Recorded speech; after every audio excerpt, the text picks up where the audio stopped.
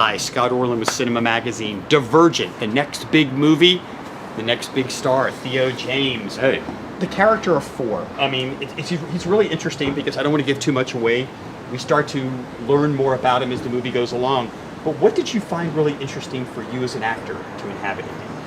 I had an immediate affinity with him, and I genuinely, I loved this idea of a man he doesn't need to be the loudest voice in the room, but you notice when he's there. And he's also dangerous, but in a very quiet, still way, which I think is even more fascinating and exciting in a funny way, especially when we live in a kind of world where sometimes action films and thrillers have to be, filled with male archetypes who are kind of jamming a masculinity down someone's throat. I think he doesn't do that. He's someone who's kind of settled in himself that he can be dangerous without kind of telling people he's dangerous. What about the physicality of the man? Is when you see this movie, I mean, he has to kind of like mentor these new students, so to speak, or these new inhabitants in there.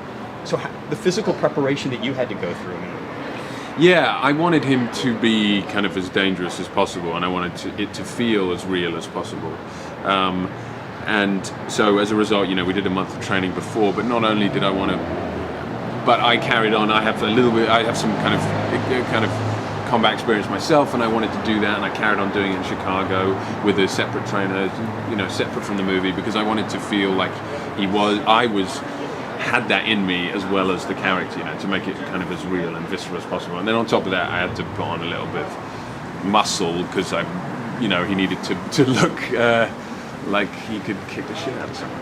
And he does it. You have a sequence with Shailene that is quite intense. Was it intimidating for you because as guys were brought up, don't hit a girl, don't do this. Did you feel awkward about it? Yeah, it was definitely something that felt strange. Whenever you do something like that, it doesn't sit with you well, obviously.